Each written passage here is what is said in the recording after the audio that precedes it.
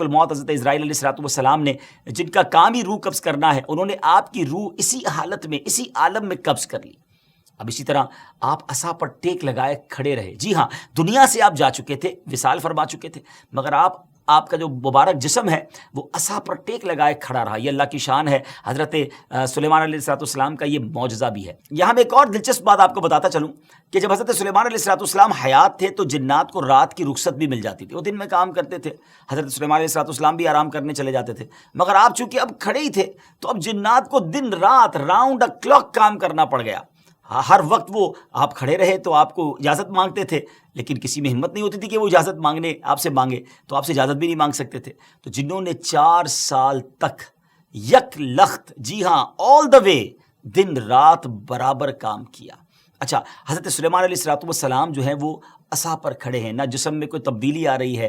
اللہ اکبر! یہ بھی اللہ کے نبی کی شان دیکھیں۔ اس کی تعمیر کی تکمیل چونکہ حضرت سلیمان علیہ السلام کے زیر نگرانی ہونی تھی، اس لیے اس عمارت کو ہیکل سلیمانی بھی کہا جاتا ہے۔ بیت المقدس کی روشنی کا انتظام بھی نرالے انداز میں ہی کیا گیا تھا۔ وہ اس طرح کہ حضرت سلیمان علیہ السلام نے بیت القدس کی مسجد کو سنگ مرمر سے اور ہیروں، موتیوں اور یاقوت سے بنوایا، اور بیت المقدس کے گنبد کے سرے پر کبریت احمر، یہ سرخ گندک جی تھی، اس کا اہتمام کیا۔ اس کی روشنی کئی میلوں تک پہنچتی تھی۔ اللہ اکبر! اچھا ناظرین، جیسے اس کی تعمیر کا وقت پورا ہونے لگا تو اللہ کی شان دیکھیں کہ آپ کے اس عصا کو، اس لکڑی کو دیمک نے کھایا اور آپ کا جسم زمین پر تشریف لایا۔ پھر لوگوں کو بھی پتہ چلا اور جنات کو بھی پتہ چلا کہ حضرت سلیمان علیہ السلام دنیا سے جا چکے ہیں۔ سبحان اللہ! اتنی شاندار یہ عمارت ہے۔ بیت المقدس کی خدمت کے لیے کثیر خادمین حاضری دیتے رہتے۔ ایک وقت ایسا آیا کہ حضرت سیدنا زکریا علیہ نبی علیہ السلام کے مبارک زمانے میں بیت المقدس کے خدام کی تعداد 4000 تھی، اور خدام کے 27 یا 70 سردار تھے، جن کے امیر سیدنا زکریا علیہ نبینا علیہ السلام تھے۔ حضرت سیدنا آدم علیہ السلام سے لے کر حضرت سیدنا موسیٰ علیہ نبینا علیہ السلام تک کعبہ یعنی بیت اللہ شریف ہی کعبہ رہا۔ پھر حضرت سیدنا موسیٰ علیہ نبینا علیہ السلام سے لے کر حضرت سیدنا عیسیٰ علیہ السلام تک بیت المقدس قبلہ رہا۔ جب آقائے کائنات جناب محمد رسول اللہ صلی اللہ تعالیٰ علیہ وسلم کی آمد ہوئی اور آپ نے اعلان نبوت فرما کر اسلام کی تعلیم اور اشاعت کا سلسلہ شروع کیا، تو مکہ مبارک میں جتنا عرصہ رہے اس وقت تک بھی مسلمان بیت المقدس کی طرف رخ کر کے عبادت کرتے تھے۔ پھر نبی پاک علیہ السلام نے مدینے کی طرف ہجرت فرمائی، اور ہجرت کے بعد مدینہ منورہ میں بھی مسلمان 16 یا 17 مہینے تک بیت المقدس کی طرف ہی رخ کر کے نمازیں پڑھتے رہے۔ ہجرت کے 1 سال 5.5 مہینے کے بعد 15ویں رجب پیر کے دن مسجد بنی سلمہ میں نماز ظہر کے درمیان قبلے کی تبدیلی ہوئی، اور اللہ پاک نے پیارے آقا علیہ السلام کی خواہش کے مطابق مسلمانوں کا جو کعبہ ہے، قبلہ ہے، وہ کعبہ کو فرما دیا، اور اب مسلمان کعبے کی طرف رخ کر کے نماز ادا کرنے لگے۔ اس مقام پر آج بھی مسجد قبلتین قائم ہے۔ حضرت سلیمان علیہ السلام کے بعد بنی اسرائیل کے زوال کے ساتھ ہی بنی اسرائیل 2 حصوں میں منقسم ہو گئے، تقسیم ہو گئے۔ ہیکل سلیمانی کی عزت میں بھی کمی آ گئی۔ ویسے تو ہیکل سلیمانی پر کئی حملے ہوئے، مگر ایران کے بادشاہ بخت نصر نے جو فلسطین پر حملہ کیا تھا، اس میں ہیکل سلیمانی کو مکمل طور پر مسمار کر دیا اور بڑے پیمانے پر یہودیوں کا قتل عام کیا۔ تورات جلا دی گئی، اور اس وقت یہودی غلاموں کو دریائے فرات کے کنارے آباد کیا گیا، اور انہوں نے اس بستی کا نام تل ابیب رکھا۔ اس کے بعد ایران کے پہلے کسرا خسرو نے یہودیوں کو واپس فلسطین جانے کی اجازت دے دی۔ تب وہ جنوبی فلسطین میں آ کر آباد ہوئے اور ہیکل سلیمانی کی اثر نو تعمیر کی، مگر یہ تعمیر بھی زیادہ عرصے قائم نہ رہ سکی، اور 70 عیسوی میں روم کے بادشاہ توتس نے ایک مرتبہ پھر ہیکل سلیمانی پر حملہ کیا، اسے مسمار کر دیا، اور یہودیوں کو فلسطین کے جنوبی حصے سے بھی نکال دیا۔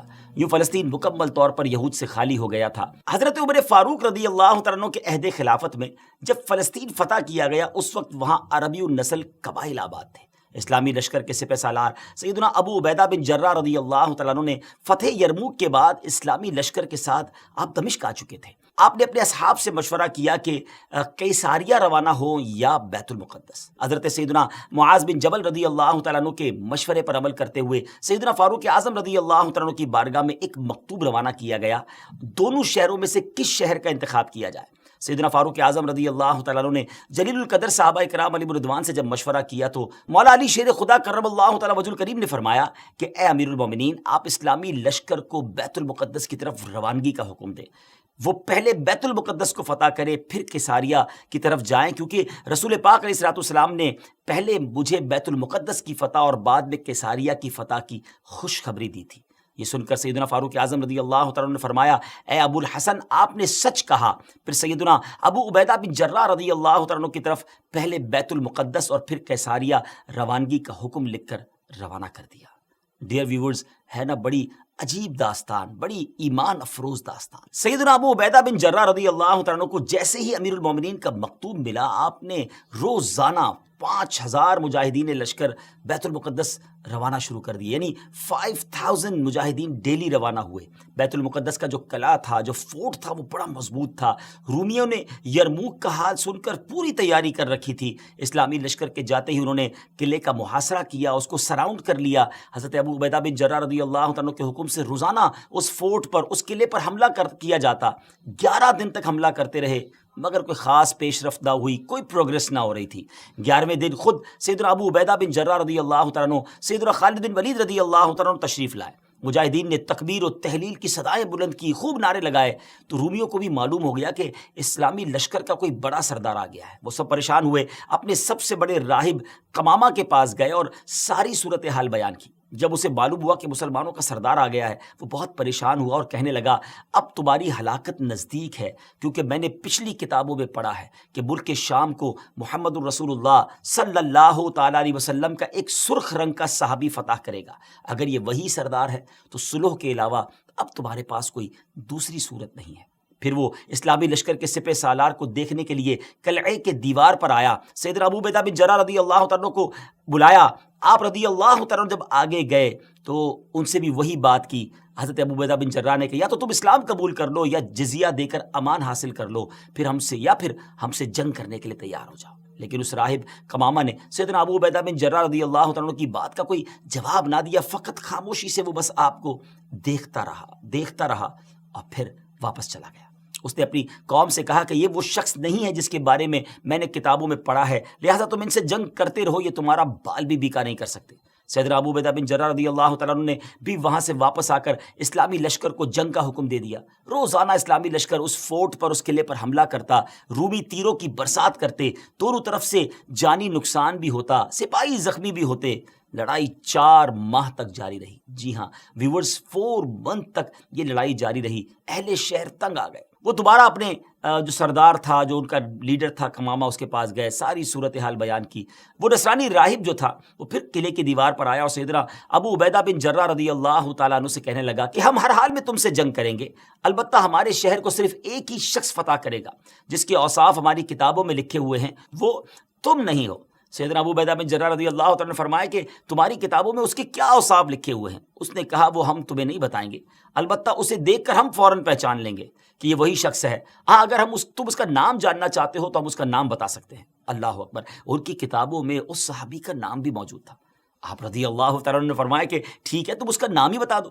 اس نصرانی راہب نے کہا کہ جو شخص ہمارے اس شہر کو فتح کرے گا وہ محمد الرسول اللہ صلی اللہ تعالیٰ علیہ وسلم کا صحابی ہوگا، اور اس کا نام عمر بن خطاب ہے، جو فاروق کے لقب سے مشہور ہوگا، اور وہ نہایت سخت گیر ہوگا، اللہ کے کاموں میں کسی ملامت کرنے والے کی ملامت کی پرواہ نہ کرے گا۔